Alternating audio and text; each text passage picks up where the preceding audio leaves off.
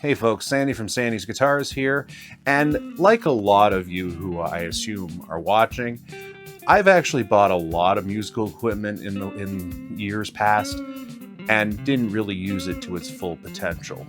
So I actually started a couple years ago anyway. There's 5 questions that I ask before I actually buy any piece of musical equipment. And they help me to, well, frankly, it saves me a lot of money and helps me to make sure that I'm making wise purchasing decisions. So I thought I'd share those 5 questions with you. Before I get into it, hit the subscribe button and let's get into it. Number 1, am I currently being creative? I've noticed a lot of musicians actually seem to kind of put gear on a pedestal, and they set being creative to the purchase of specific equipment. So I'm not going to start recording my album until I have that acoustic guitar or that electric guitar, that amp. Okay? It doesn't work that way. All right? A good rule of thumb is if you are not currently being creative, if you're not in the middle of recording an album, all right? If you're not in the middle of designing a live show, all right? Then don't buy new equipment, all right? Musical equipment does not make you creative. They're just the tools that you use while you're creative. Question number 2. Do I currently have something that can do what I need with a few tweaks?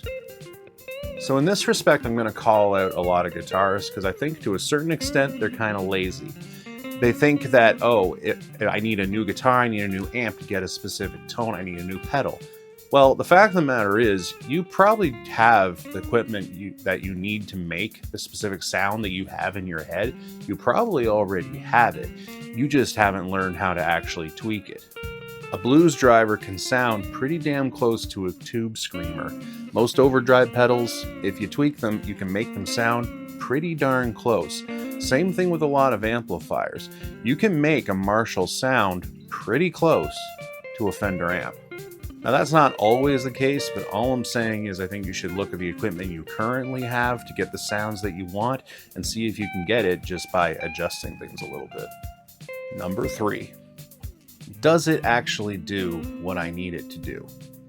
So this is where the question of research really comes in. Any piece of musical equipment that you're going to buy, you need to do the research on. I find if you go on Amazon, if you're going to a lot of guitar shops, whatever, you see something on special like, I need a reverb pedal. This one's on for 50% off. I'll just buy it. Okay, but is it the right reverb for you? Okay, same thing with a guitar. Is that what you actually need? So again, you need to do your research and try and avoid impulse buying. Question number 4. Am I getting the best possible deal? Now this one kind of goes hand in hand with the research question I just covered. All right. You need to know, are you actually getting the right price? All right. So for example, I'm filming this. It's about a week before Christmas. Okay. We both know that on Boxing Day, there are going to be a ton of deals going up online and in in-person stores. So why the heck would I buy anything right now? Okay. Look at various stores and figure out when will they be having the sales? So Long McQuade in February, they have the Attic sale. Okay. You can always get a lot of decent gear at that. It's inventory clear out. All right. So patience is a virtue. If you're a little patient, you can often get a better price. And look at used options. There's so many good deals on used gear. It's not even funny. These are ways that you can save some money and make sure that you're making the best possible purchase and feel a little better about it. And finally, number 5. Am I in the financial position to actually make this purchase? Yep, folks, this is going to be the dad talk, okay?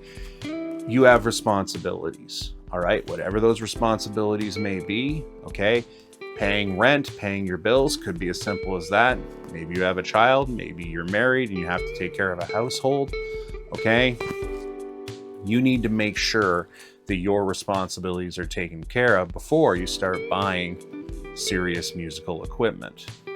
Now that's actually the simplistic part of this question. The other part of this question is, Like, are you actually going to make money off of this gear? Okay, for a large number of musicians out there, musical equipment is not just hobby items, they're not just toys, they're actual tools of the trade. Okay, when I buy a guitar, I know that I'm going to use it for these videos, I'm going to use it for live performance. Frankly, I'm going to make money off of it. All right, so these are all things that you have to consider when you're looking at purchasing gear.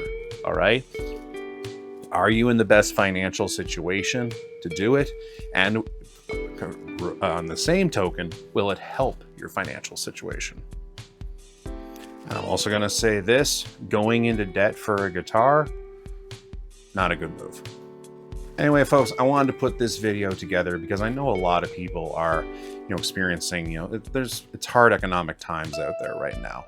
Okay, just from the talking to people and talking to people in music stores and in used site sales. Okay, musicians, like, a lot of them are hard up, and quite frankly, it's a field where you don't make a lot of money to begin with for the most part. So I wanted to put this video together, and just, I don't know, sometimes I feel like I'm the guitar dad talking to people like, this is what you should buy. Like, hey, that's not what I'm trying to do. I'm just trying to put some ideas out there and hopefully help a couple of younger musicians to make better choices than I certainly did when I was younger. Trust me, guys, I am guilty of so many of the sins here, it's not even funny. Okay, I have wasted a ton of money, so I'm trying to save you from that. Anyways, do you agree with my questions? Leave a comment. Let me know. Is there something I didn't ask that you ask yourself whenever you're looking at buying a piece of musical equipment? All right, please like, share, leave a comment, and subscribe to the channel. I'm trying to build this thing up. If I get over 1,000 subscribers, I'll do a guitar collection video. Anyway, this is Sandy from Sandy's Guitars. I hope you've enjoyed listening to this. Please like, subscribe, keep practicing. You're getting there. Take care.